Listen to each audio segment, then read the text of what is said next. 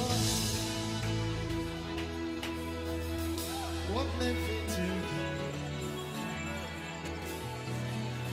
And he said, yeah.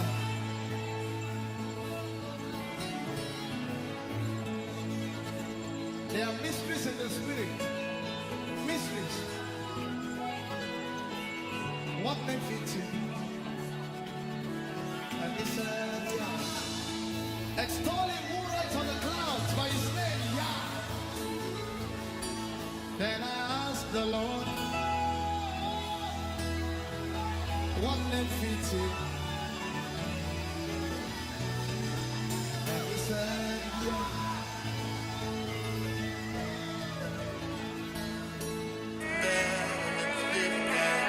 There's nothing better. Ask and you will give. Seek and you will find. There's nothing better than the living God. There's nothing better than the living God. Ask and he will give. Seek and you will find. There's nothing better than the living God. There's nothing better than the living God.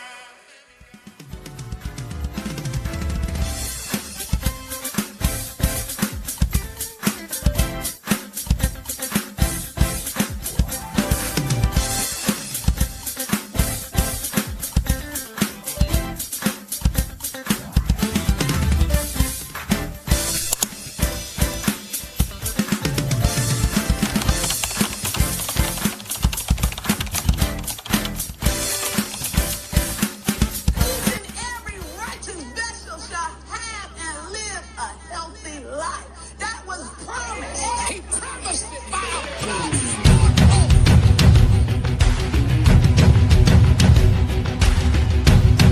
Blow the trumpet in Zion. Sound the alarm. This is a war cry. Devil will say no to you over this generation. And shout, let the army roll.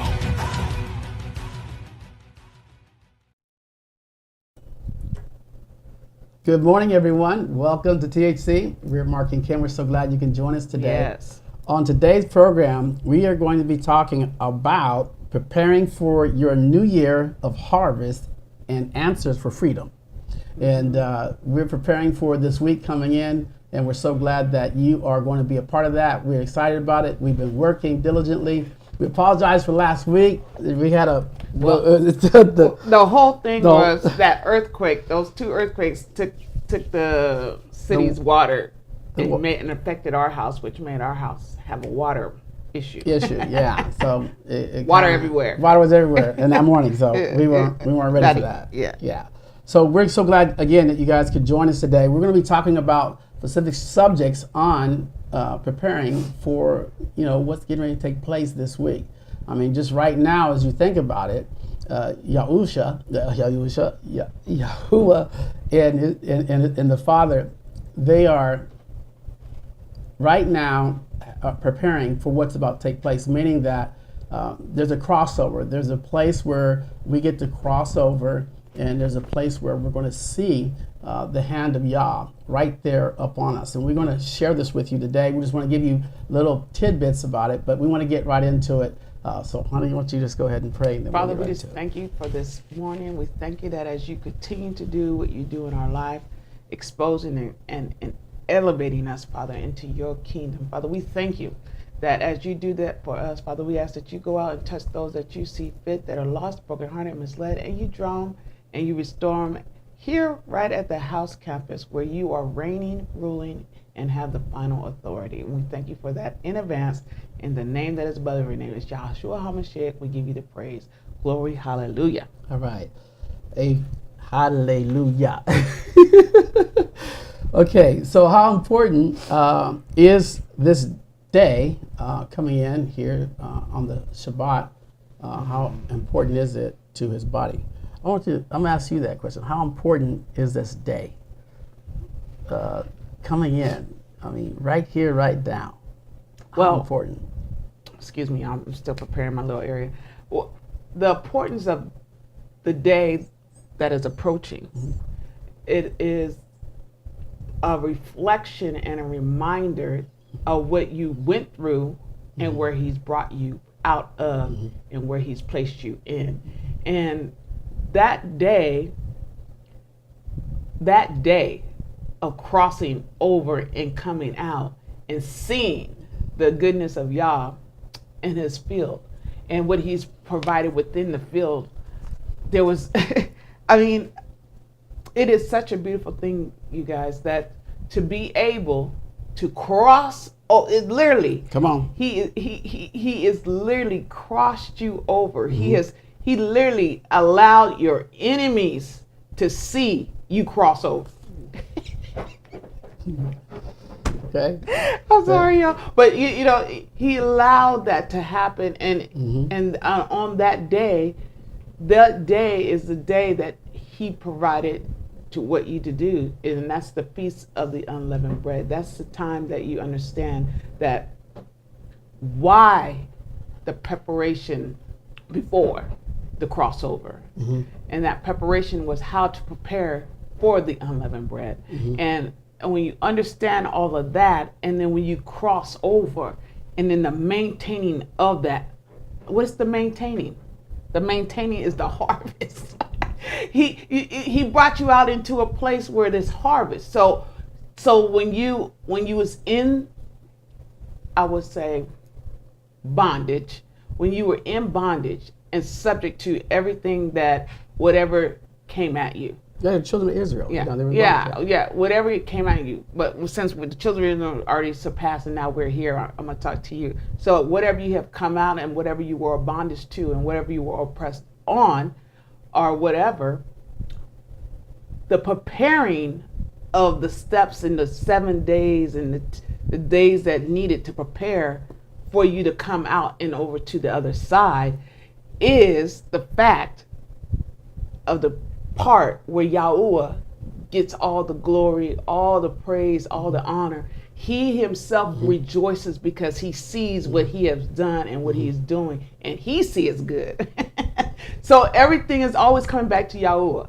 He always sees that it is good in his eyes. Whatever is good in his eyes, it'll harvest every time. So to get back to preparing and understanding your new year and your harvest and your freedom, when we are going to meet up this coming week, remember where you came from, where you was, and where you are, and where you're headed. All of that transitions in one day. And when you come out, you're coming out into harvest. So why we come out into harvest is because Yah saw it fit for his children to be in harvest. Not to struggle to find harvest, but be in harvest. So we shouldn't be in a struggle when we come out and on to the other side. So to ask that question. Okay. Yeah. Okay. So no, I got another question for you. So talk about how our enemies will be made our footstool. Because remember what happened in Egypt. There was something that happened there, and we talked about before. But I'm gonna let you go ahead and talk about it. Okay. I had my grandbabies yesterday, but they wanted to watch a movie, which was the Prince of Egypt. Okay. Well, when I was listening to it, it was okay. It was all lined up. But the part that we need to understand, the Moses piece and Ramsey, Moses' brother. I would think that's right, Ramsey. I don't remember his name. But anyway, the Moses' stepbrother, which was Moses' mom who drew him from the basket, her other son. Well, her king always tried to put them two against each other. Same exact thing as what Lucifer would do. But the reason I want you to hold on to this piece, it's important. When your enemy becomes your footstool is when you stand your ground. See, Moses stood his ground when he found out who he was. He stood his ground when he saw that those that were part of who he was from, and then he took action upon the person that was beating the individual, and he killed him. He stood ground. He stood in his posture on who Yah said he was once he found out who he was. And us standing in our posture places us in a position to have our foot on the enemy's neck, meaning your enemy will be your footstool. And so if they're going to prepare for that this week, I'm okay, I'm about to tie it in now. Tie it in. So when you prepare for this week, not only do you reflect on where you came from, where you was, and where you are, now you have to reflect on what caused you to be where you was and where you are, right? And when you penetrate and find out where that is, then you stand your ground with your mouth and with your actions, and you let that thing know that it is under your feet, not verbally, but in your posture. And when you do that, he becomes your footstool because he can't access no more. The whole point of that statement of making your enemy your footstool is saying to you, don't give him access to controlling or dictating you on where you're headed and where you are at. So that should answer that question. Okay, you got another question. And these are questions that Pastor Kim's given out today. So if you're joining us for the first time, I want to welcome you to the These broadcast. are questions that weren't given out today, and I got to answer them. Yeah, you got to answer because we've already talked about them. So we'll get you the answer. Okay, number 3. Okay, how does the Sabbath represent the new beginning, like the new year, a new day for those that love Him? In other words, how does the Feast of Unleavened Bread represent this new beginning? Well, that's the piece that I was talking about in the first question. Okay. So how this represents the Sabbath is that you're taking time to reflect. Okay.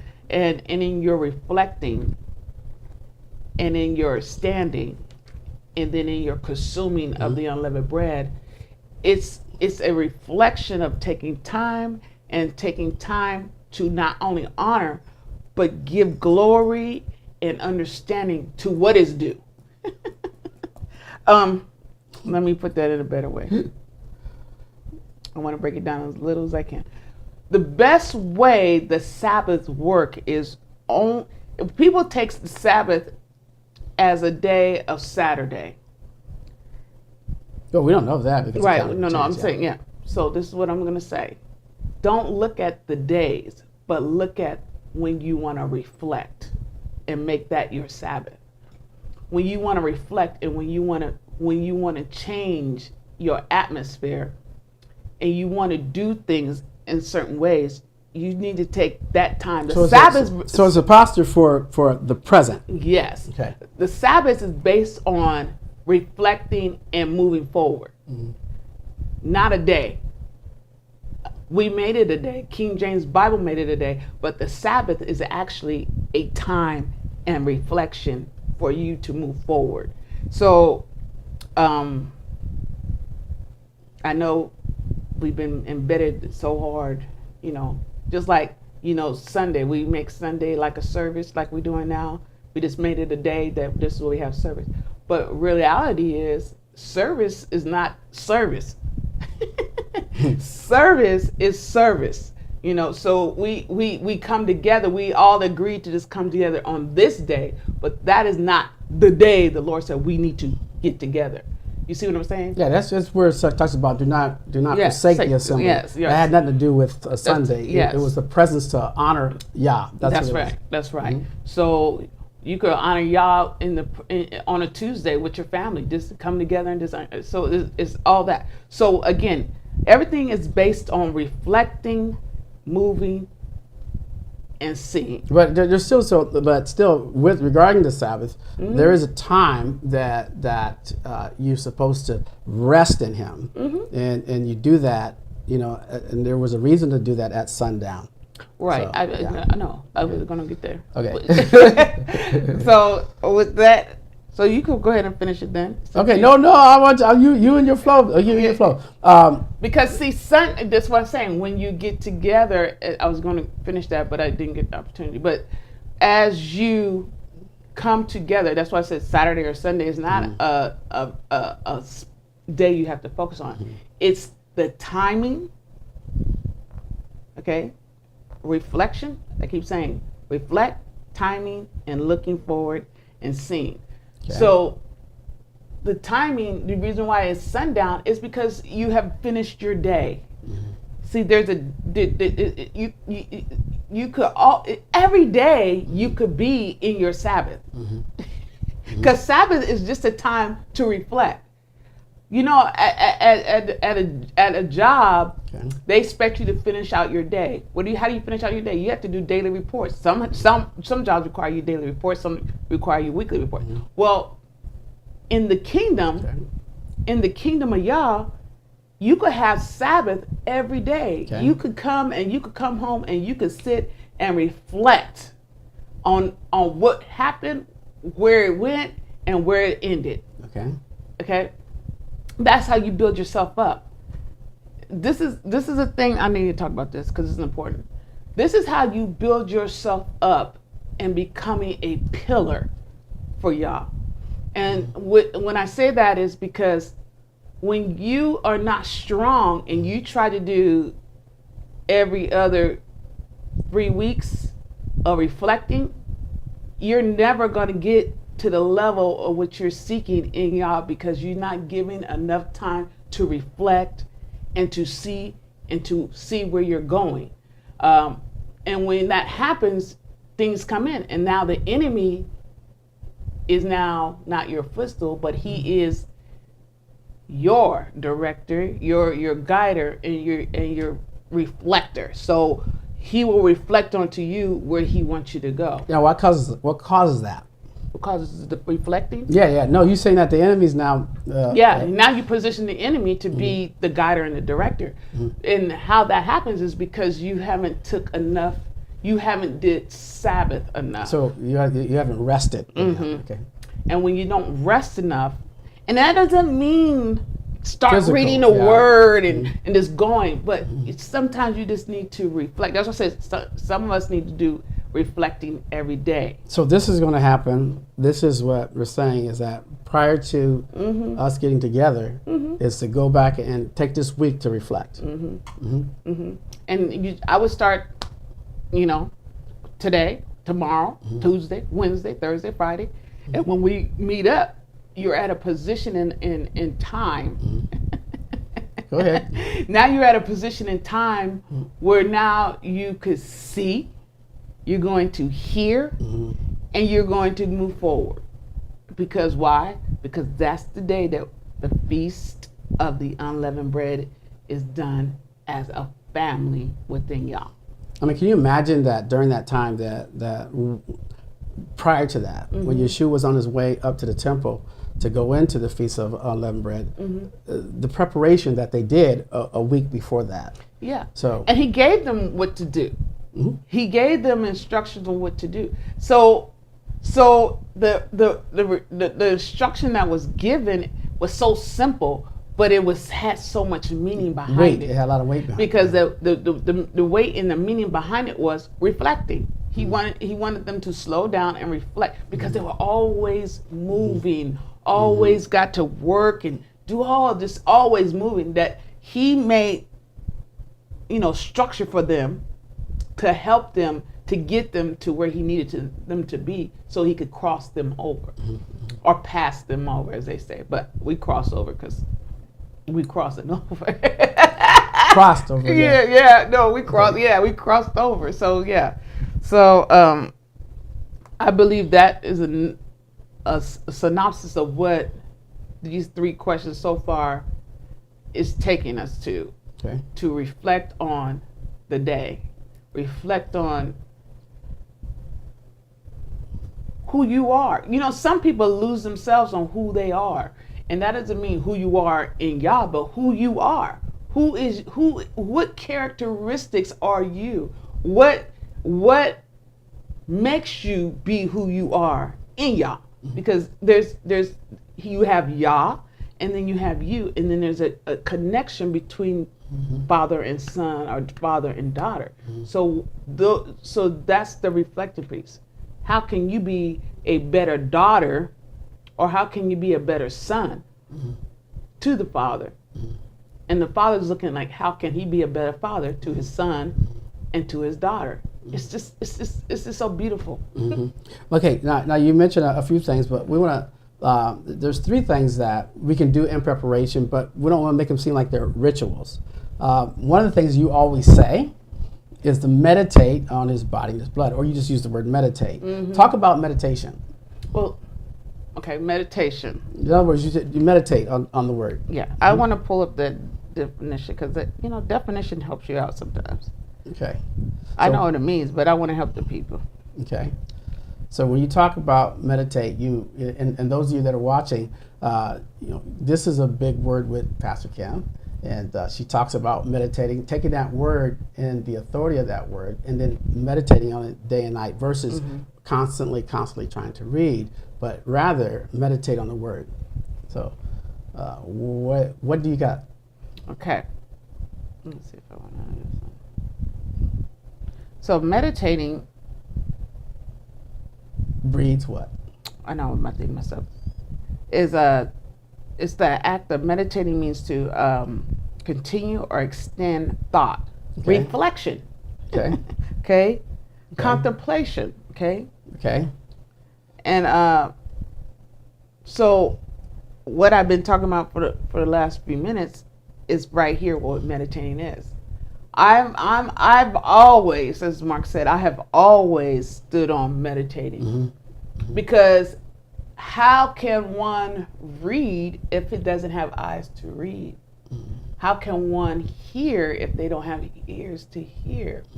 So how can Yah overcome all those obstacles? If one mouth cannot speak, is a mute, how does he have the ability to do? Is through your mind. Everybody has a brain, otherwise you wouldn't be here. So through the process of the meditation in thy heart and in thy mind causes the body, your physical body, to hear Yah. So you say, well, how do I meditate? Meditation is just thinking, say, So we're talking about what's coming up. Yeah. So I was just gonna say, meditating on what is coming up, meaning the unleavened bread. What is the unleavened bread? Meditate on what that unleavened bread is going to do for you. What has it done for you? Okay. What is it? And you meditate on that over and over, and you begin to speak that in your mind. You don't even have to speak it out loud. And that causes things and eye-opening things to happen. I'm a firm believer on meditation. I meditate more than I read. So this is something that people can do prior to this Sunday coming in. Let's continue to go forward. How about this? Spending more time with who? Quality time with family, loved ones. What? Talk about that. Let's break this down. Spending quality time with those that are part of. That's the key thing. That is a part of. Okay, not just anybody, because family. Remember, if family's not blood. So you got to be careful when we use the word family a lot, because it makes a difference. So you spend time with those that know about the Feast of the Unleavened Bread, those that understand about what the purpose is for that. And that's that type of fellowship. So if your fellowship is limited, you might know somebody that is not close, that, may be a little distance, but make a time during the week, right, within this day to go in this fellowship. Right. And meditate together on that and talk about that.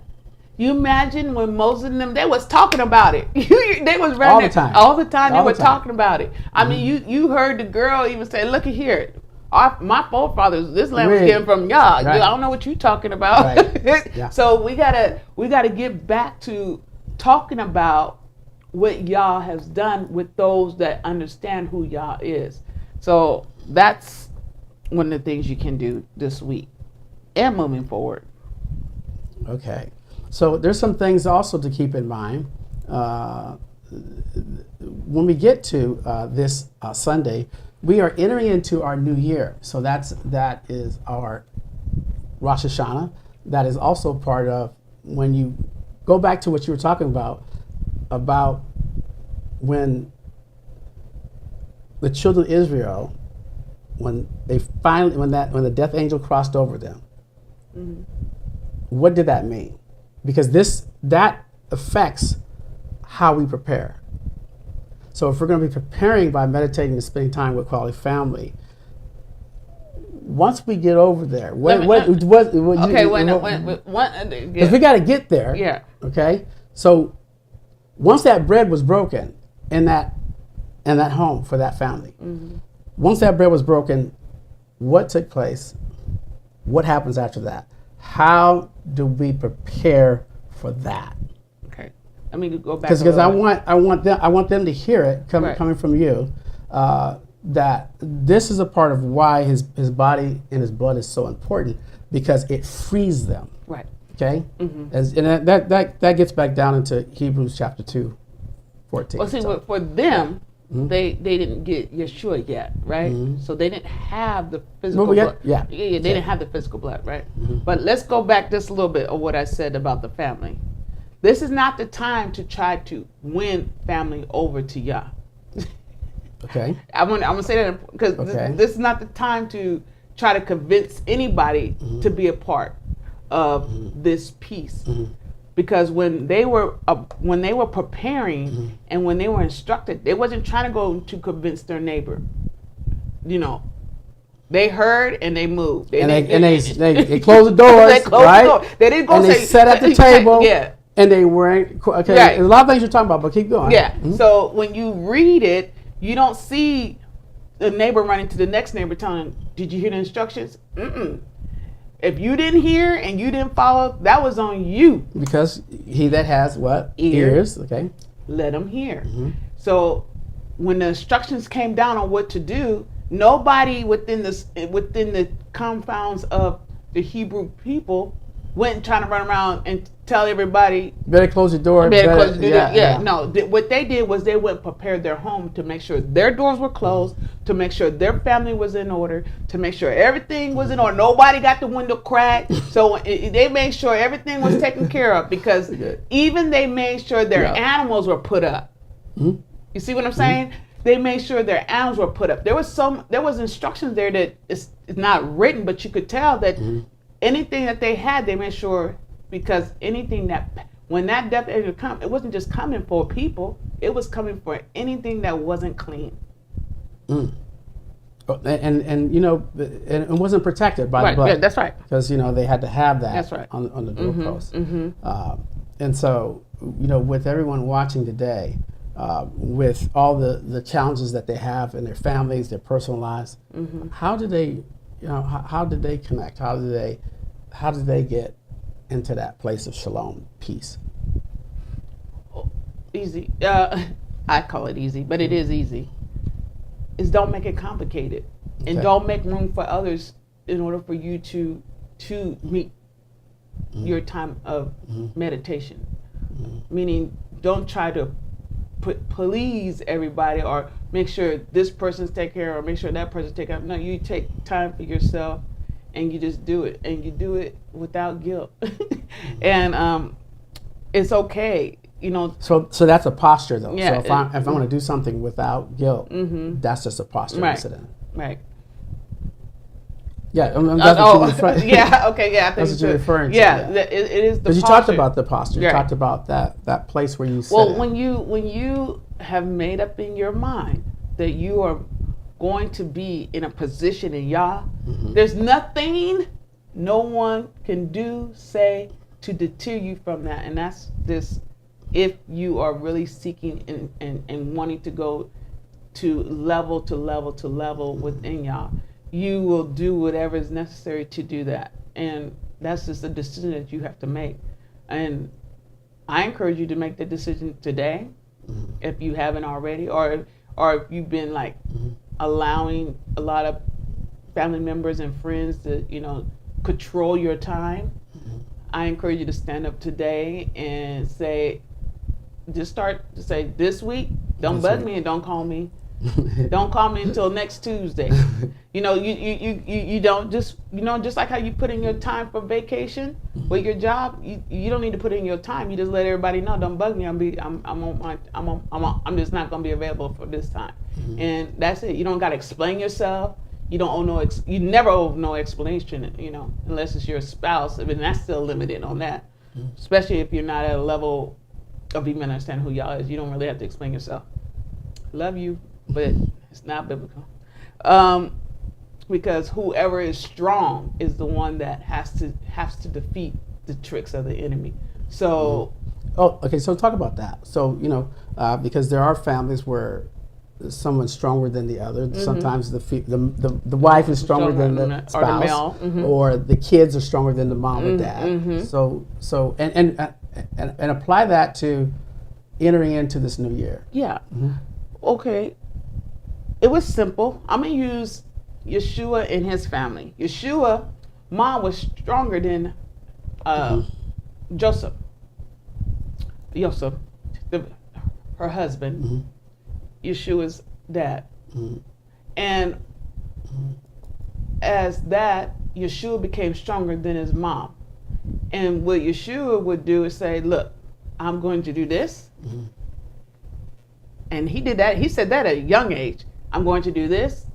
So let me do what I got to do and move on. Once it doesn't matter at what age, once you set structure around where you're headed, nobody could penetrate it. So when Yeshua said what he said to his mother, just say that again. Once you set structure, nobody could penetrate. Once you set structure, the enemy is no longer have control because you have your foot on his neck. Structure in your life causes pressure on the neck of the enemy because he doesn't like structure. He likes chaos. He doesn't like boundaries. He likes free, open space. So when he sees people in homes with free, open space or no structure, he could rule and reign. So when you bring structure, balance, and boundaries into a home, there's no penetration because he can't get in. Okay, go. No, you just stay right there. Okay. You just stay right there. Okay. Talk about that again. And relate that to what you were talking about in the beginning. Yeah. So with that is when you are a child or if you're a spouse that is stronger than one another, there's no need of you trying to convince the one that thinks they're stronger or the one that thinks they're, you as the individual and as a spouse that has structure and boundaries and all the things I listed, you walk in that. Okay. And it doesn't matter if the spouse gets offended. No. Because the offense is not what's going to get you to the other side. It's the boundary, the structure, and your meditation is what's going to get you to experience the crossover. Okay? So it doesn't matter if you're a spouse. It doesn't matter if you're children within a home that the parents are not strong, but you are. You take authority and you bring structure and boundary. And that's how it is. And Yahuwah showed us through Yeshua, through his parents, and how that whole structure, because when you look at that whole structure line, Joseph he was a businessman. He knew certain things, but spiritually he wasn't strong. And Mary was strong. She was a strong woman. And because of her strongness, because of what she had to carry, Yeshua, she had to be strong. And when Yeshua was born, here comes this authority and power that was more powerful than all she could do was submit and follow, because she knew at the end of the day, and Joseph knew at the end of the day, there's boundary and there's structure. Okay? So it's important to do that. Glory be to Yah. Yes, structure, balance, and boundaries. That's it. The SBB. If you don't have the SBB, you in trouble. SBB. No, SBB. Structure, balance, and boundaries. Thank you, Erica, for posting that for me. Okay. Yes. Now let's go back to let's kind of start tying this together with what to expect. Okay. What to expect coming into this week? How should they have coming into the day of the event? The day of the event. In other words, we still got to talk about Yeshua's birthday is on the 29th as well, or between 27th and 29th. But talk about, again, tie all this together about how to expect, from now until that day, putting all that into play, all the boundaries, putting all that into play. Okay, so again, I'm gonna use Yeshua because this is the best. When he walked in structure, balance, and boundaries, miracles happen, fruit happen, Okay. harvest happen, and that's what you should be expecting for this week. You should be expecting to see miracles. Meaning, whatever you are seeking for, you should see it manifest. You should see harvest, whatever that may be, and whatever you have sown to get to where you're at, to believe in that part of it. And I believe healing comes out of that. Healing, no sickness, no diseases, no traps, no schemes, no plots, no plans of the enemy.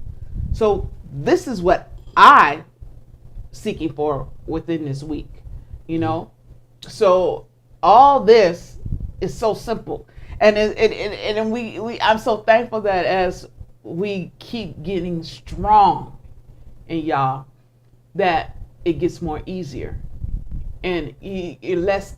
I was never intimidated, but you become unintimidated by anybody or anything. You have no fear.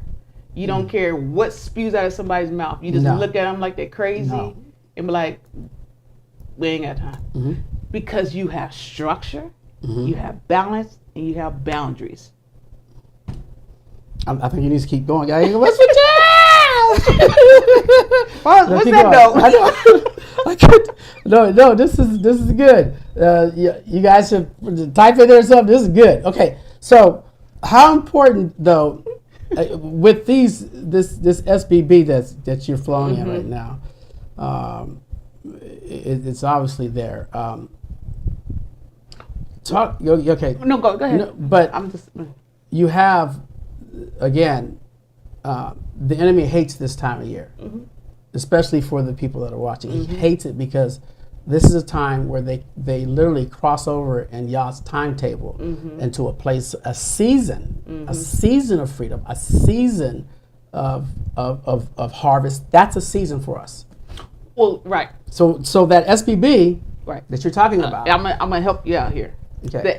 The structure, the balance, and the boundary is not a season. It's a lifestyle. See, once that has been established, you will always see seed time and harvest time, cold, winter, heat. What he has said is based on where you stand and where your posture is. So that's why I say, if you bring that structure and you bring that balance, then it's not a day, like you talk about day. So it's a lifestyle. So if you got to start building yourself up, and you start by doing every day, that will help you get to being structured, balanced, and boundaries. I've been doing it ever since I've become to know who y'all before I knew the name, but I knew who he was, put it that way. And I've always had structure, I had boundaries, and I was balanced. And And people used to get mad, intimidated, because they just couldn't get that little wave. They wanted me to waver. And I couldn't do it. Then they would say, oh, you're just a Leo. Leo ain't got nothing to do with it. But yeah. I do know this much. Within the description of what man has written up, it's a correct description. There's leadership. Mark is a leader. He's not a Leo, but he's an Aries, and he's a lead. He has a leader. I'm just saying. Okay, no. You have leadership qualities, but sometimes you got to understand who you. That's what I say. You don't know who you. If you don't know who you are and the qualities you bring to yourself, not the qualities you bring to people, but the quality that you bring to yourself. Get that first. Then, with the quality you bring to others, you will have structure. You'll be balanced, and you'll have boundaries. That's good. So, and that was the thing when people would come around me. Mm-hmm. I knew who I was. I knew the characteristics I carried. I knew I was confident in that. Mm-hmm. And people would see that, and they were like, "Man, teach me how to do that." I can't teach you, but I could show you where you could go and learn and understand how to do it. Because really, when people say, teach me, no, they want you to do it. They want you to work it out for them. They want you to work out their salvation. Right. So with that, again, to tie everything together, again, the SBB is good. The structure, the balance, the boundaries is where you will see a lifestyle of seed time, harvest time. You will see no sickness, no disease, no traps, no schemes, no plots, no plans. So, all of that tying into the Feast of the Unleavened Bread just backs the authority and the power that Yah gives you. Because he given it to us in the beginning. He gave us the power and authority to tread upon, okay? So as the children of Israel lost their posture, their character, because they were just so beat up. Yeah. But when they cried out to Yah, some of us need to cry out to Yah. And then when they cried out to Yah, they came to themselves. And Moses showed them how to stand ground. And Moses brought in the structure and the balance and the boundaries. And that's what caused Yah to show up and to bring them out. Bring them out and into. And into what? Your lifestyle. Because the lifestyle is unending. It's unending. It's incalculable. It's undescribable. So it's not just based on an event. It's permanent. Right. And that is your transition into becoming immortal. That's all right. I used to, y'all, some that know, I used to call I'm immortal. I can't die. Right. They're like, I can't. I won't. And I know that what's in me, death can't penetrate. Because he's a life giver. How can death penetrate something that you walked into? You walked into life. So you can't say you're gonna die if life has let me have my moment. If life has walked into your spirit, how can death enter too? You can't have both. Can't have both. So back where I understood that and I grabbed a hold of that, that's when I Stephen said, I shall live and not die. I'm literally immortal. I cannot. Because death can't enter in. Because he's under my feet. I have control. I am the controller of life now. I control life in me. So as I'm crushing that joker at his neck, there's nothing he could give to bring his death into me because it's unreceivable. So it's some good stuff, y'all. Yeah, it's a good. So going back, so you gotta close it out for them. I sure will. Okay. What is this all?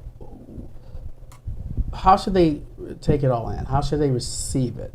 Well, let's ask them. Right, that's a good Yeah. question. How are you receiving that? Yeah, how are you receiving that? We'd like to have your feedback. Yes, And because, you know, when you look at, you know, going out of this trap and into your wealthy place, into your place of harvest, these SBBs that you got, how, summarize that. In other words, it's a time where, and here's where I want you to connect it. It's a time where Yahusha was born. Right. When he, for us, not for the children of Israel, but for us, when he came in and was born, see, at conception, when Mary received the conception, at the time of conception, Mary meditated on what this child will do and what it will bring forth. And when YAHUAH and Mary and that connection, there's always a connection. And in that connection, Yeshua is born. He only came with the key word is to bring life. And to destroy him who had the power of death. And how did he do that? He did it. But how did he do that? And it was not at the resurrection piece. It was at him teaching you about the kingdom. Teaching them about the kingdom. And then when the resurrection came, that was just like the feast of the unleavened bread. That was the icing on the cake. That was the evidence. Okay, that was putting a stamp on it. Yes, but the cake that was being made, the enemy, that was Yeshua's foot on the neck. He let him speak. He let him say all what he needed him to say because he's baking that cake. Like, okay. So when he putting all that cake together, Yeshua, he said, "This joker think he really got it together. He think he got me. Yeah, he got me." And the layers of cakes that Yeshua was putting together to protect his brothers and sisters. Because that's what we were to. We were really his brothers and sisters, sons and daughters of Yah.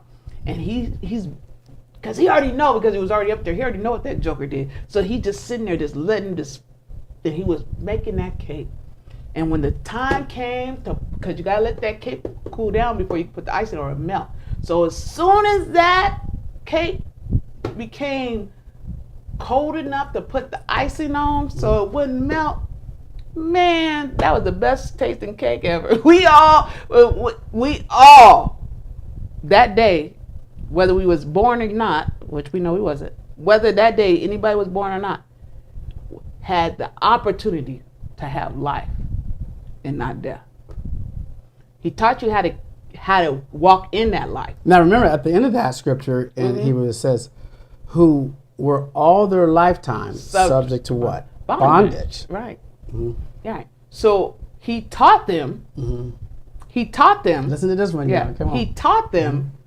That was the whole purpose. He taught them how to maintain life. That whole time he was here and teaching in his full walk in ministry time. Those 3 years. That's all it took, was 3 years to explain to those that understood. And those that understood, they passed it down to their children's children's children. You got people out there that's been living for a long time that they don't document, that is still alive, and they won't document it because why? It would make Lucifer look like who he is, a liar. And the truth is not in him. So Lucifer doesn't want documentation. That's why they try to get rid of documentation, because documentation shows proof of who he really is. So you as a person, life is what you have. That is a promise. That is part of it. There is nothing sick wise that could touch you, because if you walk in life, Mm-hmm. death is sickness. Death is part of, that's what it draws in. So once you rejected death and received life, I don't know what to say after that. I'm happy for you. I know I'm happy for myself. My husband can tell you, I just be excited. I don't care. I don't get emotionally involved in death. You should say that again. Say that again. Yeah, Right I there, don't yeah. get emotionally involved in death. I don't. Now, what does that mean for somebody's hearing that? What does that mean? And we gotta get back to. But you don't get emotionally involved with death. What does that mean compared to what you've been talking about, these SBBs right here, and what's getting ready to take place? When I say emotionally involved in death, I don't. Let me give an example. Somebody comes to me and say, this, the doctor said this and Right. blah blah blah, or this is going on in my life and blah blah blah. I emotionally don't get involved because that's a death cycle. Only thing I know how to do is declare life. And how do I do that? I'm very strong and I'm very balanced and I'm very structured in this. I'm very structured in this, and I have boundaries. So what I do is I just don't waver. I can't get emotionally involved, so I can't really say I'm worried about your feelings. What I'm going to say is what's going to snatch you out of hell. That's the only thing I can. That's all I know how to do. I have no compassion for that. So when I hear it in my ear gate and I see it, and then you're asking what you should do, you're gonna feel that strongness, and you might be offended. But all I'm trying to do is snatch you out of the death cycle. And I got a few people that could testify to a lot of what I'm saying. So, and it's okay, whether it's family, friends, co-workers, you got to realize they're not your source. What can they do unto you? Death can't bring life. You are the life giver. Don't allow them to draw you into that death cycle. So that should answer that question. We have Allie here. She has a statement here. She says, now I can understand working out my own salvation by the knowing of structure, balance, and boundaries for my life in Yah, so I can now hear how I must stand as a daughter in Him, free from death. Right. Okay. Yeah, because we were trained all our life to be subject to death. Right. So now that life is here, we were never trained for life. Even to this day, Social Security train you for death. They do everything. Everything always. I'm laughing, but it's not. I'm just laughing because you have to laugh at the wickedness of it all. And there's never no training for long life. There's never no training. I call it training, but that's what it is. But there's always, death cycles. You got to be this age to collect this. You got to do this to do that, or you got to do this to do that. And it's like Lucifer training you to receive his cycle of death. He does that through everything, politics, everything. Everything. So when you now see, as Ali said, now when you see that you have life, and now how do I bring structure in this life that has no death in it? Okay. So wait, we got okay, so now we're coming into this week. Our table is being set before us in the presence of our enemies. Give your last few words and tell us again, this week, this is where we should prepare for and get ready for this. Okay. With this week and what to be prepared for is to prepare for life. And in that life, you're going to bring your structure, you're going to bring your balance, and you're going to bring your boundaries. And as you do this, your enemies will see there's no longer a grip. And when they see there's no longer a grip, they will fall away. See, the falling away, you remember the falling away of the people from the church, there would be a falling away? That falling away is those that became in a position of life. And are we on? Are we still on, guys? Text. Post something. Yeah, we're still on. Go ahead. Okay. As we come into this, and the enemies that see you and see that now there's structure, there's balance, and there's boundaries, they will fall away. Mm-hmm. And when they fall away, mm-hmm. you're bumped up to another level in your spirit, because now there's no more sound waves going through the ear, mm-hmm. no more sound waves coming out your mouth, there's no more sound wave going in your ear. So as we come into today, mm-hmm. this week, mm-hmm. and when we meet up, okay, there's going to be a harmonizing of structure, mm-hmm. balance, and boundaries as we cross over together to eat the feast of the unlimited bread. There's going to be a sound wave. I don't know how to describe it where you can understand it, but that's what they experienced as the children of Israel when they came out, and they had that sound. You remember that sound? Mm-hmm. That sound is what kept them structured, kept them balanced, and kept those boundaries. And I'm excited. Okay. I'm excited. Okay. Well, if you guys enjoyed that today, we love you. We know that you were blessed. I was blessed by it, just listening to my queen. And we cannot wait to see you. Now, I believe that most people, they have the information. If you don't, you can contact the office, mm-hmm. and Vicki will help you out there. But anything else? No, I just want to just tell them, I don't even want to use the word encouraged. Right. Because you don't have to be encouraged. You just know. And know that structuring, mm-hmm. and balancing and boundaries is your foundation. It don't matter what earthquake comes. It doesn't matter what wind blows. You won't be shaken. It won't move. Mm-hmm. You won't. Your foundation is solid, mm-hmm. and that's what crushes. That's what just. You imagine putting concrete on top of Lucifer? Nobody could get through concrete. Mm-hmm. Not when you know how to layer and compact it. And that's what I'm talking about. When you structure and you balance and you have boundaries, mm-hmm. you're building, mm-hmm. on top of building on top. There's no way he could break through. He's useless, and death has no place in your home or in your life, because life, period, is life in your life.